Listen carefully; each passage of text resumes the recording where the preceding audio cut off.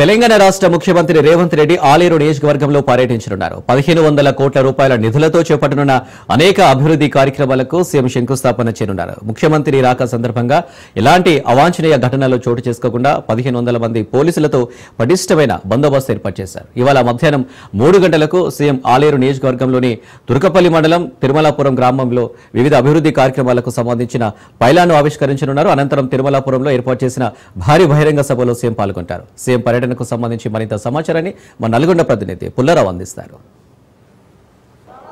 ముఖ్యమంత్రి రేవంత్ రెడ్డి యాదాద్రి భువనగిరి జిల్లాలో పర్యటించనున్నారు. ముఖ్యంగా ఆలేరు నియోజకవర్గంలో 1500 కోట్ల రూపాయల నిధులతో చేపట్టినటువంటి వివిధ అభివృద్ధి కార్యక్రమాలకు ఆయన శంకుస్థాపనలు చేయనున్న నేపథ్యం అయితే ఉండడం జరిగింది. మధ్యాహ్నం 3 గంటలకు రేవంత్ రెడ్డి ఆలేరు నియోజకవర్గం తుర్కపల్లి మండలంలో ఉన్నటువంటి తిరుమలాపురం అనే గ్రామానికి చేరుకుంటారు. తిరుమలాపురం గ్రామానికి చేరుకున్న తర్వాత వివిధ కార్యక్రమాలకు సంబంధించినటువంటి అన్ని కార్యక్రమాలకు తనకు సంబంధించినటువంటి ఫౌండేషన్స్ వాటికి కూడా అతను శంకుస్థాపనలు చేయనున్న నేపథ్యం అవుతుంది.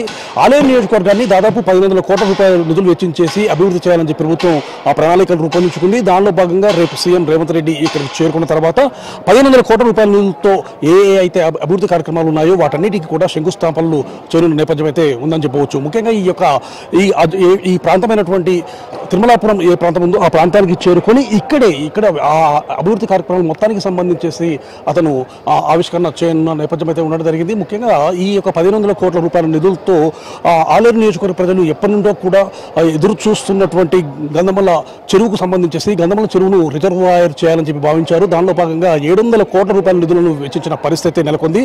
సో 700 కోట్ల రూపాయల నిధులు వెచ్చించేసి ఈ యొక్క గంధమల్ల చెరువును రిజర్వాయర్ చేయాలని చెప్పి భావించారు. ఆ తర్వాత ఆలేరు నియోజకవర్గానికి సంబంధించేసి ముఖ్యంగా ఇక్కడ ఆలేరు నియోజకవర్గంలో ఒక మెడికల్ కళాశాలను ఏర్పాటు చేయాలని చెప్పి భావించిన పరిస్థితి నెలకొంది. అదేవిధంగా ఇంటిగ్రేటెడ్ స్కూల్కు శంకుస్థాపన కూడా చేయనున్న నేపథ్యం అయితే ఉందని చెప్పవచ్చు.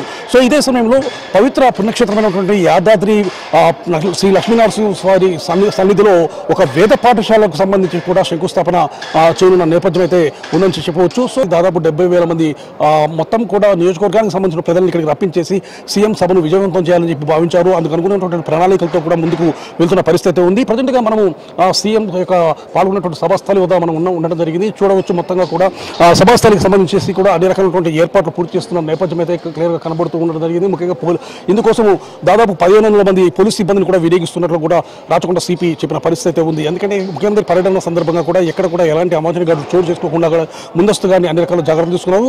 సీఎం ఏ ప్రాంతాల్లో అయితే పర్యటించున్నారో ఆ యొక్క ప్రాంతాల్లో డాగ్ స్క్వాడ్ అదేవిధంగా ఇతర స్క్వాడ్స్ పంపించేసి కూడా పూర్తిగా క్షుణ్ణంగా కూడా తనిఖీలు చేస్తున్న నేపథ్యం అయితే ఉందని చెప్పవచ్చు. ముఖ్యంగా ఒక సీఎం సంబంధించి అంటే అతనికి సంబంధించి హెలికాప్టర్ కాకుండా